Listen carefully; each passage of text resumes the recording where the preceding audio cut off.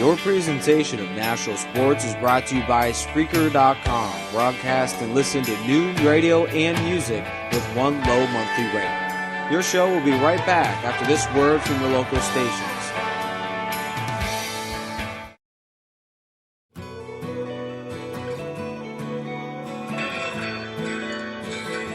Welcome, viewers, to the Miles Walker and Jeremy Chanel show. I'm Miles Walker, here alongside my co-host Jeremy Chanel, and we're going to bring to you some sports talk today.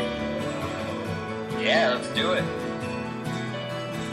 Alrighty, so there's been a lot going on in the MLB world of late, with A-Rod, the National Central race, the Dodgers and their resurgence. But we're going to start off with the wild card race, actually. And it's gotten a little crazy of late, folks. The Yankees, who had sort of fallen back in the race, about 10 games out before, behind the Royals, Orioles, Indians, A's, and Rays, are now only about 3.5 games out. That's just amazing, because you saw the Yankees last week. They looked shot. They looked like they were out of it. But I think since that game where Dempster hit A-Rod, that has just sparked this club. And I don't think Dempster should have done that. Yeah. Waking a sleeping giant. Yeah, because they were even down at that time. I believe they were down 4-0 in that game. Then all of a sudden the Yankees just came back and ended up beating them 8-4 in that game. That's what happens when you anger a team like the Yankees. A team that's been there, done that. Has definitely not had one of their best years, but I mean, something like that just provides a team with motivation. Yeah, definitely, and you still got Cleveland, they're just 2 games out of that race too, and that's one of the surprise clubs of this year. If I asked you at the beginning of the season who would be up at the top of the wild card standings at this time of the season, you would never have thought Cleveland would have been there right now. Yeah. I would definitely consider them as an underdog to many people, a team that's really surprised a lot of people. And then when you look at the top with the Rays and the Athletics, 2 teams that have been having great years, have had some hot streaks. They have been dropping some of late. The A's 5-5 in their last 10 games. The Rays have been a little bit on the decline, but they're still right with the Red Sox right now. So you really just don't know. This is going to turn out to be a pretty crazy race going down the stretch. Definitely. But Jeremy, if you had to choose right now, out of those 5 teams that I mentioned to you, the Rays, the A's, the Orioles, and the Yankees, which 2 teams do you think are going to make it in the wild card? I think it's going to be the Red Sox, because the Rays are going to win the division, and I think it's going to be Baltimore. I like Baltimore over Oakland, because Baltimore they have the offense to get it done, and I don't know if Oakland really has that spark in their lineup besides Cespedes. Well, I'm definitely going to go with the Rays just because I just think they are an extremely good team. Well, obviously I think they're going to be the Red Sox or the Rays. I don't really know right now which team's going to end up winning the division because they've just been going back and forth as of late. I'm not going to go with the Yankees just because their rotation has still been subpar, to say the least. They really need to get Phil Hughes going. He has probably one of the worst ERAs that he's had in his career. And even CC Sabathia, a pitcher who has probably been one of the top tier pitchers in the league over the last couple of years, has a +4 ERA, which is very uncharacteristic of him. So, even though they've been hitting it of late, Soriano on a torrid pace, I don't think they're going to be able to win the wild card. Again, tough for me to say, coming from a New Yorker right here. And I'm probably going to go with the Orioles as well, because I don't think the Indians are going to finish it out through the year. They're a very good team. I just don't think they've really been that experienced in this position. They're a little young. And the A's, they just I don't really know about them. Like they had a very good year last year, but I still don't really see them as being a playoff team this year. Yeah, you think they beat out Texas in that division? Yeah, but I would have thought they would have beat them out earlier in the year, but now they've lost a hold on that all as of late. Yeah, I have a lot of underrated players like Coco Crisp, and I don't know. It's hard to say because their pitching has been not so good of late because they've lost Bartolo Colon. Yeah. And I don't know. We'll just have to see how that really plays out. Yeah. It'll be interesting as obviously the A's lost Bartolo Colon due to the biogenesis scandal. So now let's move on to the MVP race in the National League. This is actually very interesting to talk about when you think about it. Most people would say that probably Andrew McCutchen, who's been having a stellar year, would probably be the front runner. But you can't really look past Clayton Kershaw having an absolutely stellar year right now. Yeah, I mean, he's been dominant of late.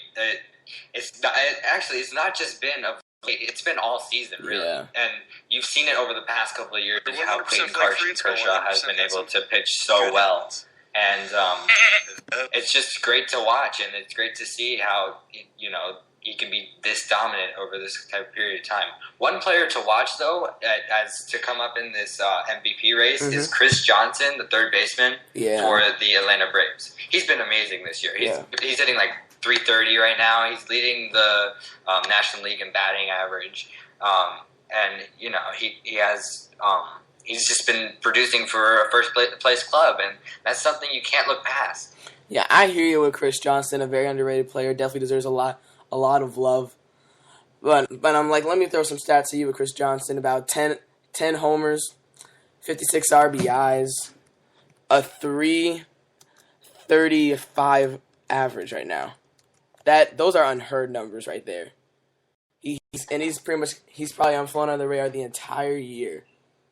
But even with those numbers, I don't really see him as winning the MVP. Because when I look at his stats, the only thing that really jumps out at you is probably his average. And you haven't really seen many players just win the MVP solely based on average as of late. Yeah, but you look at Clayton Kershaw, he has the total package as we were talking about. Mm-hmm. He has the ERA and he has the record. Yeah. When you're 100% flake-free and smell 100% absolutely handsome, ridiculous ERA. 1.72. That is unheard of right there. I have not heard of any pitcher who's been able to maintain a type of ERA like that. And the only pitcher I can ever see doing that would be Felix Hernandez. Oh yeah, who's also having a very good year. Yeah, he always has a good year. He always flies under the radar, in that he always is in the Cy Young discussion, but he never gets it. And it's tough to see because he's been on the Mariners his whole career, and I want to see him succeed. I want to see him do well on a good ball club and be on a team where his pitching actually means something to that club. Yeah, that's how I was happy when he won the Cy Young, I believe, back in 2010. Because when you look at his record, I believe he's only 13-12 that year. But people were able to recognize just how dominant he was and just how much his team sucks. To just throw that out there right now, the Mariners. I'm sorry, they've been pretty bad over the last 10 years. A very good team actually back in the early 2000s, but have not been able to get back in it of late. Right behind the Royals in that wild card chase, 14 games back. You never say never. Never say never. But no, Felix has a 2.63 ERA at the moment, and that's pretty good. 12-7 record on the team that he's on right now. That's just amazing. He's having a very good year. He's obviously being overshadowed by Max Scherzer. Mm-hmm. Who's, I believe 19-1, right, or 21? Maybe 21. Actually, I believe he just got his 20th win last week. Right, against the Mets. Mm-hmm. Yeah. Yeah. So I would still say it's tough with the MVP because you're usually pretty reluctant to give it to a pitcher. I'm pretty sure when Justin Verlander won the MVP, that was the first time in 30 years that somebody won. That does not happen a lot. He deserved it though. He did deserve it. I'm just saying, you don't usually hear pitchers winning MVPs very often. So if you were to choose today, if you were to choose one player out of Andrew McCutchen and Clayton Kershaw. Who would you choose? Mm-hmm. It's just tough to say. Like, Andrew McCutchen obviously has the numbers. He has the numbers to win the MVP. He does. But if Pittsburgh ends up if they end up sliding and don't make the playoffs, because they have Cincinnati and they still have Cincinnati and they still have St. Louis in that division. If they don't make the playoffs, you still think he wins the MVP? Well, here's the thing. I don't think he's going to win the MVP regardless. I was actually going to go with Clayton Kershaw. But with the Pirates, honestly, I think they're probably going to end up winning, going to the playoffs either way. Because I honestly think the NL Central is pretty much going to sweep the wild card.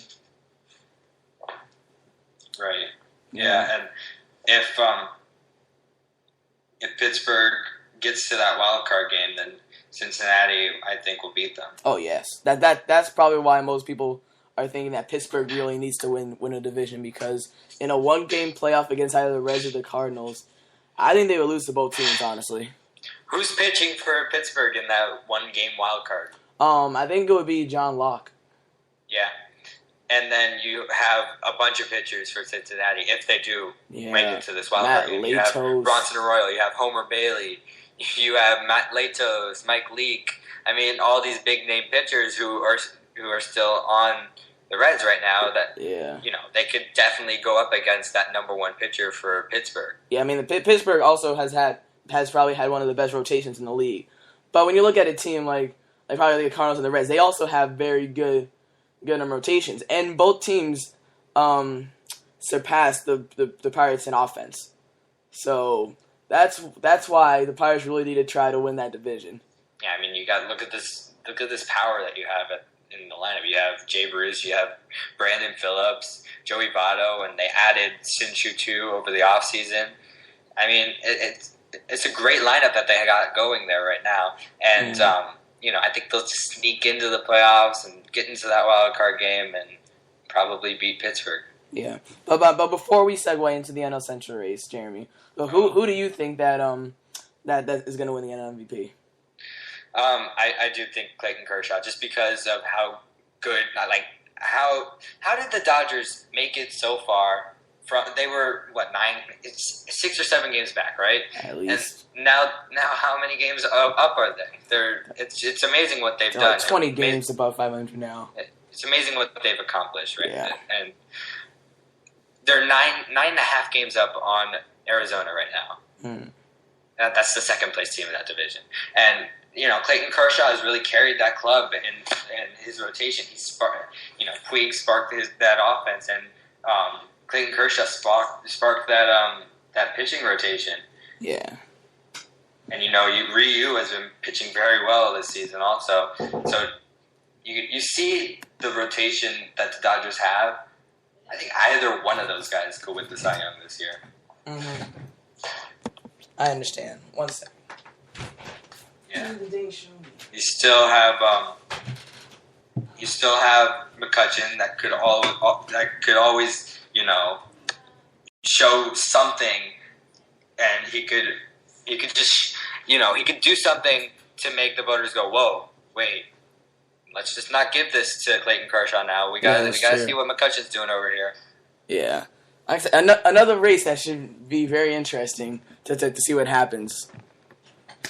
And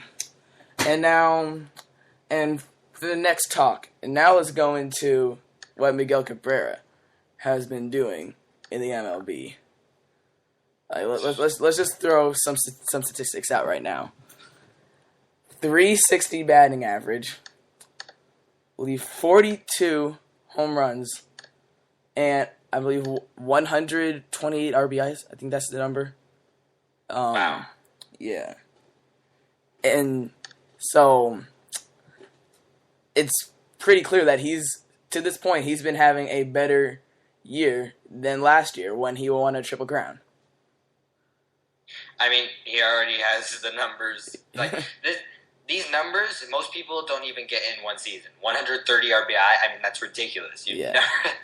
130 RBI, not even, it's unthinkable. When I saw that he almost had 100 RBI before the All-Star break, I just started cracking up. Like, that's just unheard of. Yeah. And 43 home runs. He could potentially overtake Chris. You think he'll overtake Chris Davis? I honestly don't really know. Because I would have thought, if you asked me this like a little earlier in the season, maybe like around like June, when Chris Davis was leading him, I would have probably said yes. Like I would not have bought that. I think that would have thought that Chris Davis would be able to keep this up this long. I would not have thought that. But I mean, he's kept a pretty good lead on Miguel Cabrera for the most part, like around like at least like a 5 homer lead for the most of the year. So I don't really know. But here's something that Dieter brought up on his show last week with me. He was talking to me about maybe Miggy might be juicing. Ooh. And that was something that he brought up, and I got all defensive about it. I don't think he could be doing it, because if he's not, and which I think he's not, then it's amazing what he's doing right now. It's unbelievable. You're speechless. I've honestly never really even considered Miguel Cabrera juice, because like I think with some of the people that juice, there's like a certain personality that goes along with it. And I don't really see that that personality in Cabrera. He did have those problems a few years back with the DUI. I understand. I know he had alcoholic issues and stuff like that. But I don't know. I still don't see him like juicing. It's just something about him. I just would be extremely shocked, and extremely disappointed too if I heard that he was juicing. Yeah, I'd be very, very upset to find out that if he was juicing.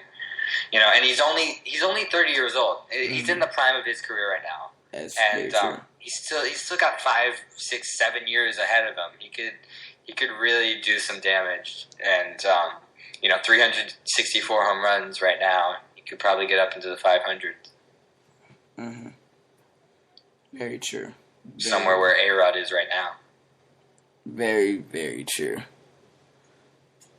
Or was, depending on what you're gonna like. You think they're gonna take away A-Rod's home runs or something? Ooh. I've never considered that either. Oh, because wow. you saw how. Let's go off top. Let's go off the subject. Like, you saw how they took away Penn State's wins. If for that, you think they would take away A-Rod's home runs? I don't think so. That's because you can never really pinpoint the exact moment when he juiced. Like, I don't think anybody will ever know that. Like, he admitted to doing it in Texas, though. He admitted doing it in Texas, but you don't really can tell when he did it. What if he did it when he was in Seattle too? I don't think so. We don't think so. Maybe he but did it in high school. You never. That's the thing. You never really know. No one will ever know when he actually did it. And I'm pretty sure most people would not take A-Rod's word for it because he's lied. Yeah, he's lied so much, and he's saying right now how people would benefit from him being out of the game. Yeah, that's true. Very, very true. Obviously, Dempster would rather him be out of the game. Obviously, he took a 5-game suspension for what he did, and then he got traded to the Rays. That's crazy. Mm-hmm. Yeah. So you want to move on to the AL Central or the NL Central race? Oh, sure. Yeah. Well, actually, let's go to a quick break. Okay. Alrighty, guys. Well, we're about to go on a nice little break. We'll be back in about 30 seconds, so stay tuned. You are listening to the Miles Walker and Jeremy Chanel Show. You can contact National Sports in a number of ways through Instagram, Facebook, and Twitter with the label National Sports. We love to have you guys a part of our show and can easily join us also through text or call. You're listening to the National Sports radio station on Spreaker.com.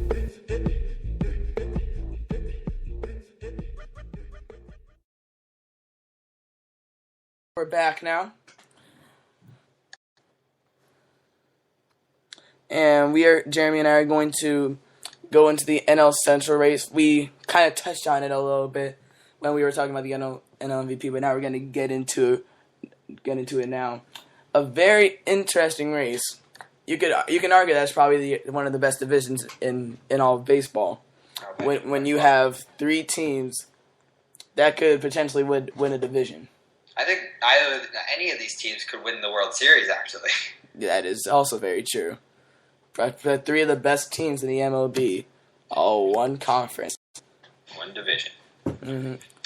Yeah, one division might be. All right. I mean, the only one that comes close would be the AL East. That is also true.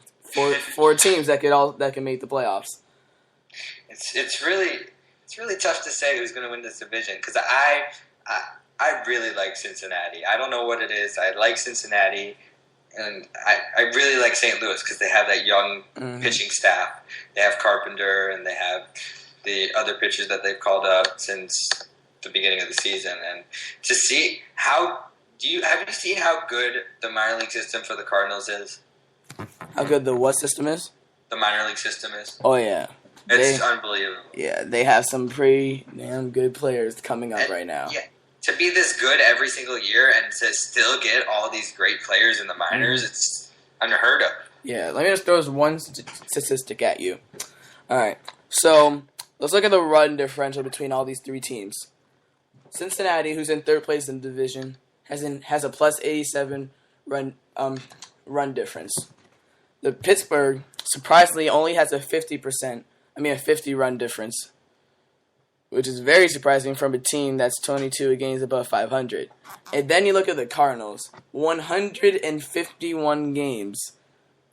151 runs differential. So this not only does this Cardinal team have a great pitching staff, they're also scoring a lot of runs. It's amazing. I mean, all these teams have a plus run differential, you know? Yeah, but the Pirates have obviously have done a much better job of winning the close games. Right. And the Cardinals, just one swing of the bat can change all those games. It's hard to see them going far in the playoffs if you can't live off of winning one-run games. That is very true. I mean, it's never a bad thing though to be right. Of course, to be great at winning. But if you're going to keep it that close, it could always swing the other way. That is true though, which is why I really like the Cardinals out of this division because I just this is probably my team to come out of the NL to go to the World Series just because they're such a complete team. Yeah. I mean, probably another team with one of the best pitching rotations. Shelby Miller. Adam Wainwright. Like, just those two names alone are just great pitchers. I don't even have to go into all the other pitchers. Yeah, and nobody had heard of Shelby Miller until this season. And another player that's been flying under the radar on the offensive side, Alan Craig. I mean, he only has 13 homers, but he has 95 RBIs already. That's a very good number. I mean, of course, when you compare it to people like Miguel Cabrera and Chris Davis, people already in the 120s in RBIs, it doesn't seem that great, but that's a very good number. One guy who hasn't had that great of a season though is David Freese. What do you think is going on with him? Yeah, he's not had a very good season this year. I don't really know. Maybe it's just been one of those slumps this year because he didn't have a very good rookie season either. He didn't really emerge until the World Series. Then he had a pretty good year last year, but it's a very good question because I don't really. Yeah, I mean, he was an all-star last year, I think, right? Yeah, he was an all-star. He was a very good third baseman last year. Mm-hmm. We believe he had around 20 homers, about 80 RBIs. Hit for around a high 280s, low 290s batting average. That's a very good season right there. So, I am obviously a player that can only benefit and help the Cardinals, but obviously he hasn't had that big of an impact on them. Right, and they still got two All-Stars on this team right now. They got, out of all people, Matt Carpenter, second baseman for that team, who's been amazing this year. He's making $504,000 a year right now. Yeah, another very underrated player has had a very good season. Yeah, and always Yadier Molina is always good. I heard a story about him where he would always, when he was in the minors, he would never work on his hitting. He would always work on his defense. Never on his hitting. He would just defense. I have to throw the ball this far. I have to throw the ball this hard. I have to catch the ball, make sure I keep the ball in front of the plate, all that. And then once he got to the majors, he started working on his hitting, and that's why he's such a good and complete player right now. Yeah, because actually, when he first came into the majors, he was. I mean, obviously, I would still say he's more known for his fielding than his batting, but he was. I would say he was probably a more below average hitter when he came into the MLB. So, yeah, and now he's hitting 3 something. He's right behind Chris Johnson in the batting race. Yeah, 333 right now. Yeah, it's great. He had that minor setback earlier in the year where he had that injury, but he seems fine now. I'll see it has not affected him very much. And the addition of Carlos Beltran, let's talk about that. I mean, it was still a good outfield last year, and just adding Carlos Beltran just made it even better with Matt Holliday and John Jay still there. Yeah. Then added a lot more depth to the outfield, a lot more experience for these two young outfielders. But before I go into who I think is going to win the division, Jeremy, I want to ask you another question. Do you think that they're going to they think that's going to be both teams out of the Central to win the wild card once you win the division? Yeah, definitely. Because I don't see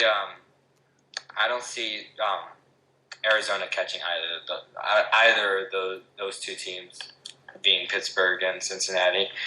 And I know Arizona's a good club, but they don't have that pitching. They don't have the pitching that they need to win the wild card. Yeah, only dominant pitcher they have probably is Patrick Corbin. Yeah, and Wade Miley's okay, but not nearly as good as he was in his rookie year. Right. Why the Nationals are still there? They're still 8 games back. I mean, they're still there, but this is a team that they just have not. They've had a pretty bad season, and they also have probably one of the worst offenses in the league. If they could sneak in there, I mean, everybody was talking about how the Nationals are going to get to the World Series this year. The Nationals are the team to beat in the NL. What happened? I mean, if they sneak in, if they can sneak up, all that talk's going to start up again. I mean, if everything keeps on going with the Nationals, and I think is going to, I would label them probably as one of the disappointments of the season because I really thought they were probably going to come out of the NL East, even with the Braves, even with all their moves. I still thought they were going to come out of it with a rotation that they have.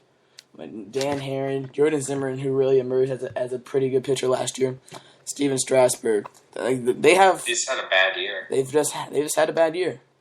An offense that should be doing much better. Bryce Harper, Jason Worth, Ian Desmond, Ryan Zimmerman. I mean, Jason Worth has still had a good year though. I mean, he's had a good year, but it doesn't feel as if it's all meshed. He's had a better year than he did last year, even, and he's still not that good. Yeah, I mean, they've also kind of got a little unlucky with Bryce Harper and his injuries, though. Yeah, I remember that one. And Steven Strasburg is just not producing this year. Yeah, just not been one of his best years. And you thought the addition of Denard Span was going to help the Nationals, but it really it hasn't done anything for them. Yeah, coming back to the Central though, Jeremy, who do you think's going to end up coming out of it? Are you still going to stick with your Reds, or are you going to go with the Cardinals or the Pirates? After much thought, I still see the Reds coming out because of the veteran aspect that the Reds have. Mm-hmm. The Cardinals, they have a young infield that hasn't really been there before. That is true. And you can look at all the Cincinnati Reds players and say that they've been there before. Yeah, that is pretty true. It's a tough question for me because I really would have gone with the Pirates before. Now I'm kind of going back between the Cardinals and the Pirates. A little indecisive, but I think I'm going to go with the Cardinals, unfortunately, to come out of it. Because I really do want the Pirates to come out of it, just because I think that would really help them. Yeah, I would love to see the Pirates to come out of that division. They haven't been there in 20 years. Yeah. They haven't had a winning season in 20 years. Yeah, it's hard to believe. I mean, you heard about how good they were in the 80s and how all that went down, but they just haven't been good in the past 20 years. I mean, this has been a good team that's also that's been pretty good for most of the year. That's kind of collapsed around this time, which is another thing to keep in mind as we go deeper into the season in September. I mean, the team, I'm pretty sure they've only been playing like 500 ball as over the last 2 months. Just to keep in mind for some of those people who think they're going to come out of the division. Well, maybe we'll see who the winner tonight is between Cincinnati and St. Louis. Right now, St. Louis is winning 2-1 in the fifth. Yeah, Pirates could definitely use some help from the Reds. They want to try to catch the Cardinals right now, who have a half-game lead up on them. Yeah. I want to get into a little Matt Harvey talk. Mm-hmm. Talk about him? Yeah. Let's get into some Matt Harvey talk. Arguably the second best pitcher in the NL right now, behind Clayton Kershaw, obviously. 191 strikeouts, a 2.27 ERA, 9.5. Probably would have a crap ton more wins if he wasn't playing for the Mets. Has a partially torn UCL. For those of you who don't know what that means, that's a Tommy John. And he actually let out a tweet earlier today saying that he's going to opt out of having the Tommy John surgery. That it still means he's going to have a lot of recovery time. Yeah. He's not going to be. He's not. I don't think he'll come back this season. Oh no. He's done for the season. Yeah. He They're was saying probably that they're shutting him down, right? they're shutting him down. They were going to shut him down. When September came anyway, which is another really disappointing thing, because the Mets have played a pretty well with Harvey. But another thing I want to get into about pitchers who have had to get the Tommy John, when you look at that, a lot of pitchers you see getting it are pitchers that don't have the best form. Pitchers like Strasburg, they did a documentary on him and how his form going home plate is really, really bad, and that's part of the reason why he had to get the Tommy John.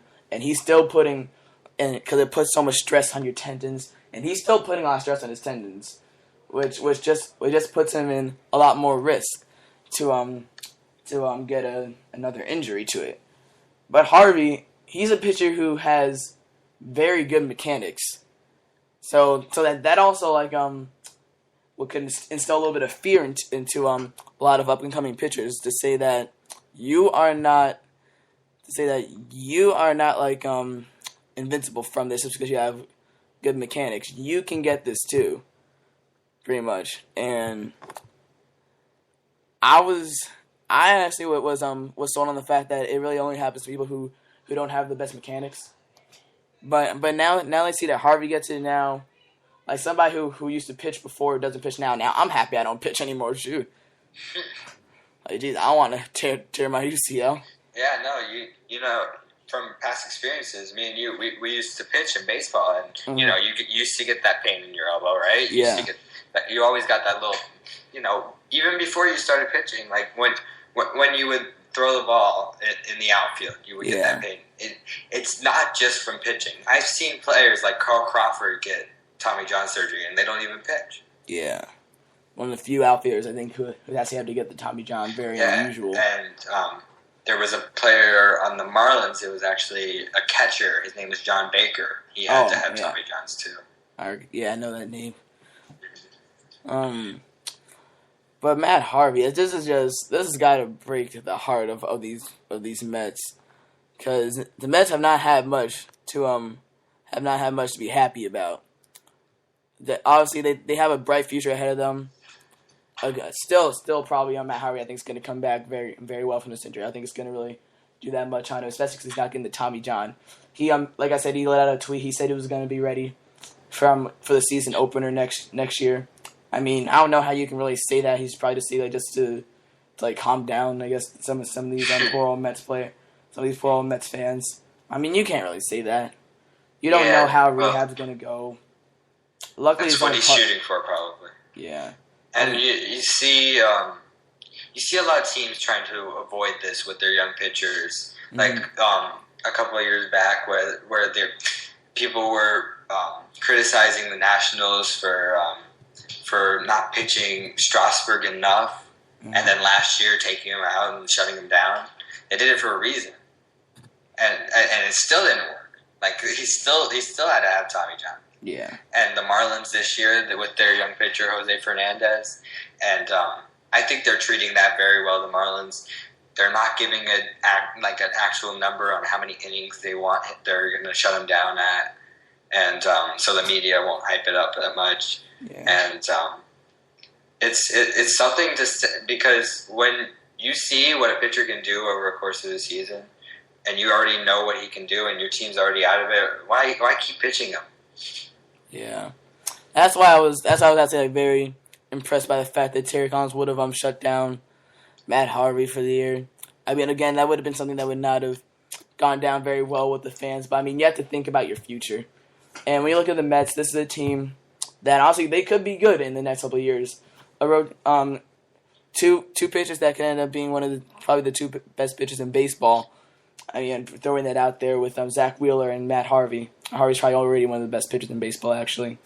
And their top catching prospect who just got called up about a week ago, and Travis Darmon. Him working with those pitchers is going to be huge. Yeah. So, this is a team that has a lot to look forward to in the future. So, hearing about this Matt Harvey thing definitely got to sting. Yeah. And I think that's going to actually conclude our Matt Harvey talk and actually conclude our baseball talk. And after this commercial break, we're actually going to go into some football. As we're moving into the last week of the preseason. Got some new some roster moves to see what the Jets are going to do. The lowly Jets. Yo. The lowly Jets. Move into just some roster moves to see if the Patriots will release Tim Tebow. And breaking news here: X-rays on Robinson Cano are negative day to day. Oh yes, thank you. So for you Yankee fans out there, Robinson Cano, all he has is a hand contusion. So he's listed, I believe, as day to day then, which is very good because probably the only person that's actually been healthy most of the year. And I also want to throw something else out before we go to commercial break. The pitcher who hit Robinson Cano today, J.A. App, was also the same pitcher who broke Curtis Granderson's forearm. Yeah, I don't know how much a coincidence that is. And also the Blue Jays, that this is the third time that they have broke a bone in a Yankee. First Granderson, then Jason Nix, who broke his hand for the year, and now Robinson Cano. Luckily, it's not really a break, but I'm saying something to keep in mind. Just bad luck, I guess. I would assume it's bad luck. I wouldn't say it's intentional. And now we shall go to commercial break, and we'll be back momentarily. Hi, this is Sam Rosen, and I'm here with Sam's Situation. Good afternoon, and welcome into the corner. It's Chris's Corner here on Spreaker.com, a national sports affiliate. Hello, and welcome to the Cameron Sadeghi Show. Hello, ladies and gentlemen, and welcome to another edition of the Deep Sports Talkery. This is affiliated with National Sports. Cameron Sadeghi, Chris Sylvester, Sam Rosen, Andrew Goldstein, Daniel Levy, and the entire broadcast crew with Commissioner Robert Dieters. You are live from National Sports Radio Station in Los Angeles, California.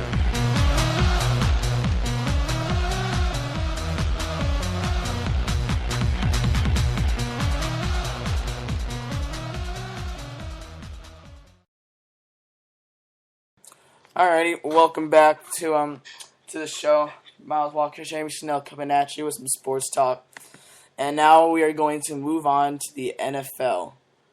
We're almost here, folks. We're almost here on opening day. Yeah, for you, those beautiful, beautiful football fans. Oh, it's gonna be good. I think it's gonna be a very good season actually this year. Definitely. Gonna be very exciting to see what's gonna happen. And first, I think we're gonna go into we're gonna stop by the AFC East, and first I'm actually gonna get into the Buffalo Bills. Yes, a team that has not been very good over the last couple years, to say the least. But definitely I would say they're probably on the upscale because they just drafted a QB in E.J. Manuel who could very well potentially end up being their franchise quarterback. But let's segue into their quarterback battle right now. But he's injured. So he's injured. But then you would just put in Kevin Kolb, right, Jeremy? Yeah, and then he gets hurt, and then he gets a concussion. Mm-hmm. So their two QBs probably competing for a starting job around. So who's going to start for the Bills? Jeff Truel. Quarterback who I guarantee none of you have probably heard of until you heard a story about him starting this last week. Oh. I know I haven't heard about him before. Oh, Jeff Truel. Went to Wazoo, WSU, Washington State University. Mm-hmm. Didn't really play that well there, but, undrafted rookie gets picked up by the Bills and, gets, I don't know, this hasn't happened in the common draft era. Yeah. Where an undrafted rookie may start week 1. Mm-hmm. Like they'll start week 1 because I don't think E.J. Manuel is going to be ready. Yeah, and they just picked up Matt Leinart, but he's not going to be able to learn the offense by then. Yeah, Matt Leinart, it's not fair to say he's a draft bust. Drafted number 2. Peter Orbigas was talking to us about how good Matt Leinart was in college. Oh, he was nasty in college. He was so good. I don't know what happened to him. Oh, man. Another USC QB who has not done very well. Maybe he'll get his chance. You'll never know. I mean, when you think about it, I'm pretty sure the only person USC QB who's actually unfortunately, who actually has at one point done well, I know is going to get a surprise all you guys. You got to look at Mark Sanchez, actually. I mean, he does have 2 AFC championship appearances. I'm just saying. Ugh. I know he sucks. Don't get me started. I know. And now I'm almost segue nicely into the Jets. Oh, gosh. Yes. Oh, gosh is right. Just played the Giants. Beat them 24-21. Well, let's look past that. Because they played downright awful. And by they, I'll say Geno Smith. 3 interceptions. And a safety. Yes. Jesus. Ugh. Oh. Well, he also had 3 touchdowns there. Isn't that good? I mean, but I wouldn't want to have my touchdown and interception rate be 1-to-1. I mean, yeah, it's good he got 3 touchdowns, but I mean, I wouldn't consider a 3 touchdown, 3 interception day good. I mean, I would be a little impressed if he started out with 3 interceptions, which I don't think he did. I don't think he had 3 interceptions then got 3 touchdowns. I'm pretty sure that's not how it happened. I'm pretty sure it was kind of meshed in towards as the game went along. Speaking of interceptions, who has the best touchdown to interception ratio as a starter in the NFL right now? The preseason. You want to know who that is? Yeah, please tell me that one. My boy Ryan Tannehill. Oh my God. As you can see, folks, this is Jeremy is a Miami boy. Yes, no interceptions this Should preseason. be very happy about what he has in Miami. No interceptions this preseason. A team that could end up actually coming out of the AFCs. I mean, most of people are probably thinking, what the hell is this kid talking about? Do you not know who Tom Brady is? I'm sorry, but that's a team that could end up coming out of it.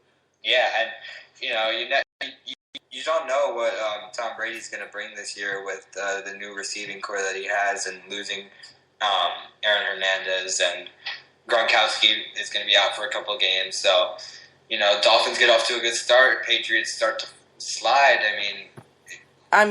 But honestly, if they can just catch the ball, Tom Brady's going to make all these receivers better.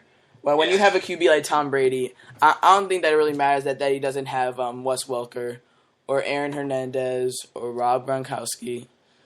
So I don't really think that the loss of Wes Welker is going to have as much as an effect as some people may think As I said, I believe I discussed this on the last show I had. But I don't know. It's just something about the Dolphins because I feel like they're gonna have a pretty good defense this year. I think they're actually gonna have a pretty good offense too. I believe they got Mike Wallace also. They just got to make sure that the secondary holds up because that's been a problem for the Dolphins in the past 3 seasons, actually. And when you hear about these great defenses like Seattle's and San Francisco's, those teams both have the secondary to back it up. Right. And not so much San Francisco as to Seattle. I mean, not as much San Francisco. They still have a pretty good secondary. And adding Asamoah this offseason. Yeah. I mean, I honestly think Seattle outduels them in the secondary department. But, I mean, they're still the 49ers. This is still Seattle's the most complete team in the NFL, in my opinion. That is very true. But Jeremy, put aside your Miami bias for a second, please. Okay. As I ask you this question, who do you think that Miami has what it takes to come out of the AFC East? They have a better defense than the Patriots. I mean, that is true. Patriots have not probably been one of the better defensive teams. Mm-hmm. And I am putting away my bias, and I'm still going with the Dolphins. I don't know. I really, really like the Dolphins this year. This is their year. They've been working really hard for this, and I just, Mr. Philbin has been doing a great job with this team right now, and it's the Dolphins' time. It's time for someone to step up in this division and overtake the Patriots, and I think the Dolphins are about to do that. You would have thought maybe a couple of years that maybe the Jets might have done something, and then all of a sudden it just, it went downhill. It just went downhill, and it kept going and going and going, and it's still going. And Sanchez just lost confidence. I think that's just all what happened. Because also people started to lose confidence in him. Yeah, I'm pretty sure no one ever thought that he was going to be. He was a top tier QB, but he knew what he was getting into going in. It's the biggest media. It's the biggest media market in all of sports in New York, and he knew what he was getting into right when he signed that contract with the Jets right out of college. And he thought life was good. Oh, we just got to 2 AFC Championship games. Yeah, let's just keep going. Well, no, you got to keep working hard. And once all that pressure starts to mount on you, it's hard to keep up the winning ways that he was accustomed to in the beginning of his career. Mm-hmm. Very true. I like the Dolphins too. I mean, this is a very good team, but I can't bet against Tom Brady. I'm sorry. He's been there. He's done that. He has 3 Super Bowls. Unfortunately, he's lost twice to the G-Man. Thank you very much. But this is still Tom Brady. He's still one of the best QBs in the league. He is still won the last at least 5 AFC East championships. So I'm not gonna say the Dolphins just yet, just because I still don't really know how they're gonna do. I don't really know them as well as I know the Patriots, just because I've seen what they can do. Yeah. Even though this is a stat that I'm gonna throw out there for you guys, the last team to win the division besides the Patriots was actually the Dolphins. And that was in 2010. Yeah, when the year that Tom Brady was out, the Patriots still finished 11-5 that year. Dolphins went 11-5 also, but they did better against them. And the Dolphins went into the Meadowlands and beat Brett Favre and the Jets to win that division. I remember. Well. Yeah, I remember it very well. I remember. Luckily, I'm a Giants fan, though. Don't want to put myself through that much torture. Oh, what happened to Fireman Ed, man? Oh. He gave up. Mm-hmm. Gave up. Mm-hmm. All right. I'm also going to go into another division that a lot of people I don't think have paid enough attention to. I think a division that really deserves a lot of attention. That's going to be the NFC South. Because there are 4 teams here that can play. Saints, I mean, when you Sean Payton and Drew Brees just equals beautiful things are gonna happen. Let's just put it like that. And Sean Payton, a great coach. Drew Brees, a great QB. Honestly, I just don't think he was like in it last year. He went through a lot with having to deal with all this stuff around him, having to lead his team through all the adversity. So I think he's gonna come back and have it even better than he had last year. Which I mean, he still had a great year last year. But he obviously didn't have a great enough year to lead his team to the playoffs. But you also look at the Falcons, a team undefeated for most of the year, end up going around 13-3 mid to the NFC Championship, just to fall so short of going to the Super Bowl. I believe that was their first playoff win in a long time, if at all. But and then you look at the Tampa Bay, a very good team, a team that I think people need to watch out for. This is that team, that division that I think people really need to watch out for. Because I watched them play last week against the Dolphins, and Freeman didn't look that good. I gotta be honest. I'm not really too high on him. I think he's still gonna end up having an okay year, but when I look at how they now have a better secondary with the addition of Darrelle Revis, they do have a pretty good defense, and also the hamster, Doug Martin. He's a beast. You could put him as a top tier running back right now. I'll be honest with you, a running back where if you didn't have all these QBs, Russell Wilson, Andrew Luck, RG3, Ryan Tannehill, who also had a very good year last year. Not going to discard that. I'm going to give you a little bit of props on that one. But I mean, if you don't have all those QBs last year, Doug Martin probably would have won the Rookie of the Year. He had a very good year last year. So maybe Josh Freeman didn't look too good in that game, but I'm still just gonna say watch out for Tampa Bay. Yeah, definitely, and you still got Carolina in that division who could make a run at that playoff at that division. Yeah, they really impressed me in the Panthers Ravens game. They were supposed to be the surprise team in the league last year, and just nothing really. A little bit of sophomore slump for Cam, just a little bit. Not too much, because he had a better second half than in the first half, but still a little bit of a sophomore slump for him last year. Definitely not as dominant as he was in his first year. I mean, I think he was a little too cocky. He could have been a little more humble. Mm-hmm. And, that just got the better of him last year. Yeah, he also didn't do a very good job of leading his team last year. One team that has not looked good in that division this preseason is Atlanta. They're 0-3 right now in the preseason.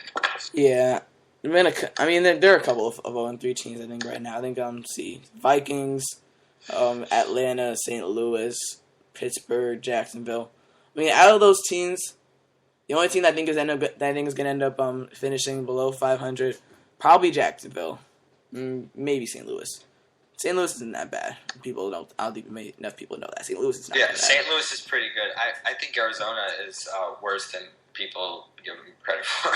I mean, yeah. I honestly don't see that much in their offense. That's the thing. I think they're perfectly fine on defense. I think their defense will actually play pretty well. But when your offense doesn't give you anything, I mean, then you're not going to win. Yeah, and they did sign Carson Palmer, who's actually, I think he's going to play well with Larry Fitzgerald. And when you were talking about St. Louis, they added Jake Long this offseason, who his brother is on the other side of the ball. Yes. So that didn't they take him from your Dolphins? Yeah, but we don't care. We got. Oh, you don't care. We got Martin on the left side. We're good. Yeah, blind side. I still think I like what they added in Tavon Austin at receiver, and because I lost Danny Amendola at Patriots. Yeah. And still, I don't know. I feel like they got to add something to that defense before they can contend for that division, just because they have the Seahawks and the Niners, who are just too good for them. Mm-hmm. Even though St. Louis beat San Francisco twice last year. That is very true. Went into San Francisco. Actually, didn't they tie him in one of the games? I believe. Oh yeah, actually they tied, right? I believe they tied in one of the games. They tied the one in St. Louis. Yeah. But they beat them in San Francisco. Very impressive. Yes. Just a team that had their number last year. I mean, obviously a team that didn't perform very well last year, but sometimes you just have that one team that has their number. So I wouldn't really, look at that too much. Like when I was talking to Mr. Ian Martin about that subject when he was arguing with who was better between the Seahawks and the 49ers. Of course, coming from a Seattle fan, he's going to point to that a lot. But I mean, I wouldn't just focus on that too much. Right. But if it weren't for the Dolphins last season, Seattle would have won that division because the Dolphins beat Seattle when they were on their win streak. Seattle. Yeah, you see, there's sometimes it's just that one team. Mm-hmm. Because Dolphins were not good last year. Dolphins I think, were okay. They were mediocre last year. I'm about to say they weren't all that last year. Team obviously had a very good offseason, but last year they weren't very good. So sometimes you just have that one team that just does it to you. Right. All right. So now I'm going to go to another question. Which team would you say has probably looked the most impressive to you? Most impressive this preseason or this preseason? I think Detroit has been very impressive. I said this Sunday night on the Coast to Coast show. Every Sunday night at 7:30. Mm-hmm. I said that Sunday night. They beat the Patriots 40-9. Yeah. The other night, and I mean that's just ridiculous. And the players that they've added this offseason, like Reggie Bush, is going to open up the passing game for Calvin Johnson and Matthew Stafford. Mm-hmm. That is very true. They absolutely demolished the Patriots, and even as I was watching that game, they still had opportunities where they probably could have even made it even worse to them. They had opportunities to probably pull a 60 spot on them when you think about it, because even when they messed up a couple of times, they still went right back at it, going right at you.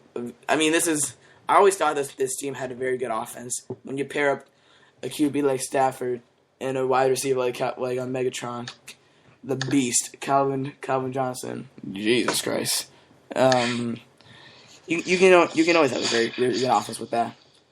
But I'm actually for the most impressive team to me right now, and in the preseason, I don't really know right now. I actually may go with the Saints because they have really looked pretty good to me.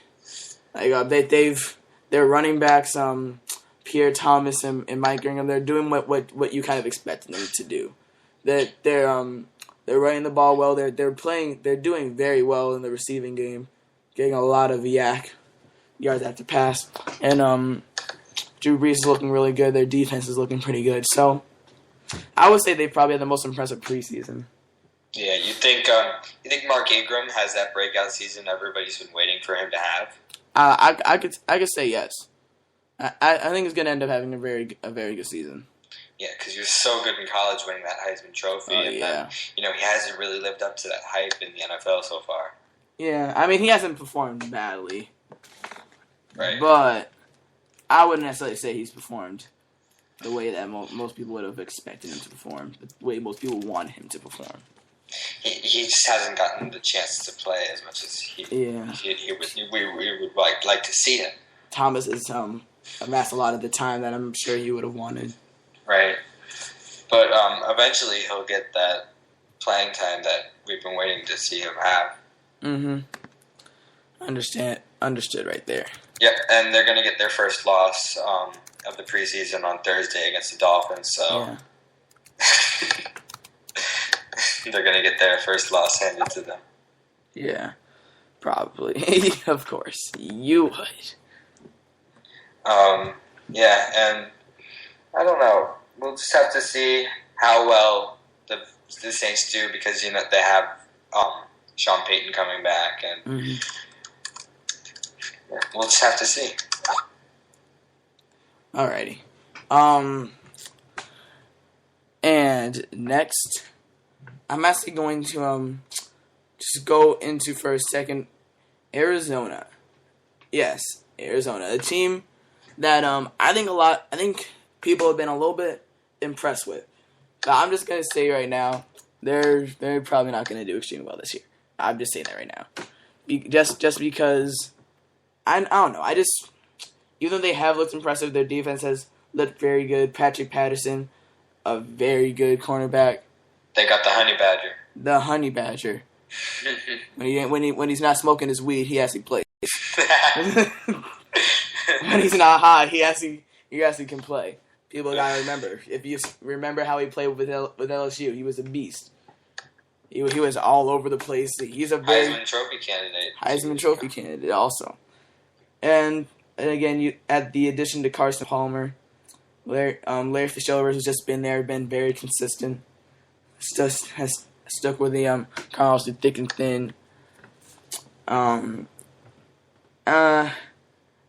honestly don't think they're gonna do anything that's gonna be very impressive out of the division because I don't know. I mean, you saw how impressive they were in the first 5 games last season. They went 5-0, right? And they lost their last 11 games. Yeah. That is. Yeah, they did start out 4-0, I think. 4 or 5-0, yeah. Yeah, they started out very well last year. But I mean, you can pretty much say Seattle and San Francisco. That's a gimme to go into the playoffs. Who's gonna win that division? Right now, I would probably go with the 49ers. Right now. Grr. I know.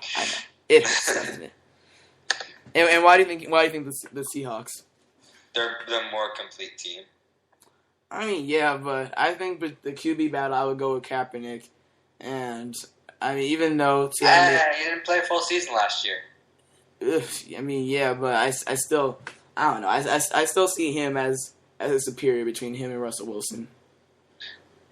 I disagree. I think Russell Wilson is much better than him. Russell Wilson can throw the ball much better than Kaepernick can. He doesn't make as much mistakes as Kaepernick does. I don't know because I mean, I think that Kaepernick's a little more mobile than Wilson. No, they're both the definition. They're both extremely mobile. I'm not gonna disagree with that.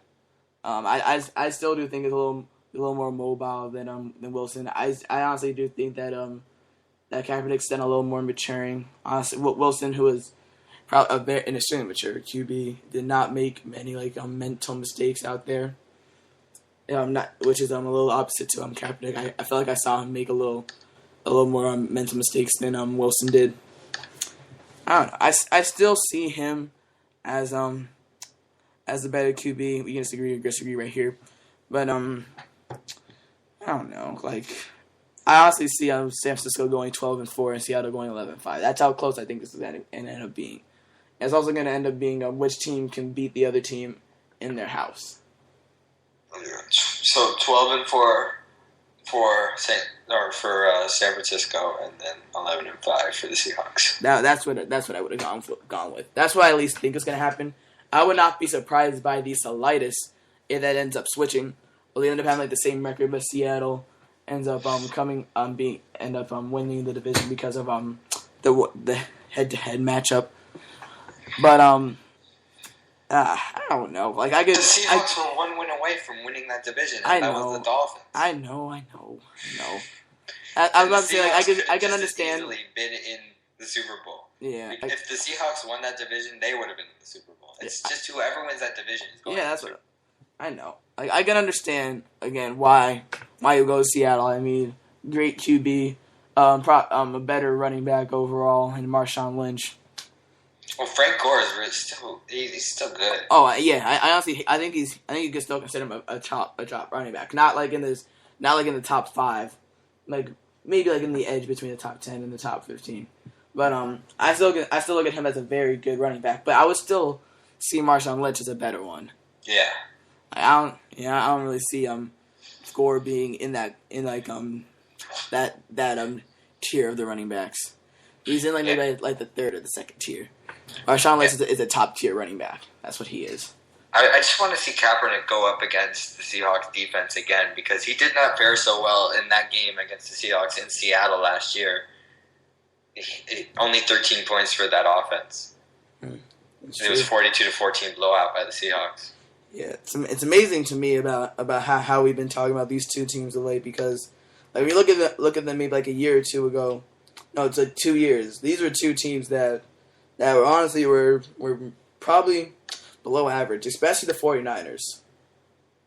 Like this was a team that was most like below 500 every single year, and all of a sudden they finished like 13-3 one year. I was like, oh Jesus, like, that came out of nowhere. I was not expecting that one. That's what I'm saying. These are two teams that really made a lot of improvements. Yeah, and you think we want to wrap it up on that note? Talk about the Seahawks and the Niners. Mm-hmm. I think that's going to do it for our show tonight. Yeah. That's going to do it for us tonight, guys. It's been a great show. Talked a little bit of baseball, talked a little bit of football. We're going to wrap it up for today. We will be back later in the week. So please tune in with us next time. I'm Miles Walker. I'm Jeremy Schnell. And this was the Miles Walker and Jeremy Schnell Show. And we will join you next time. So peace out, guys. Hope you have a nice night. See ya.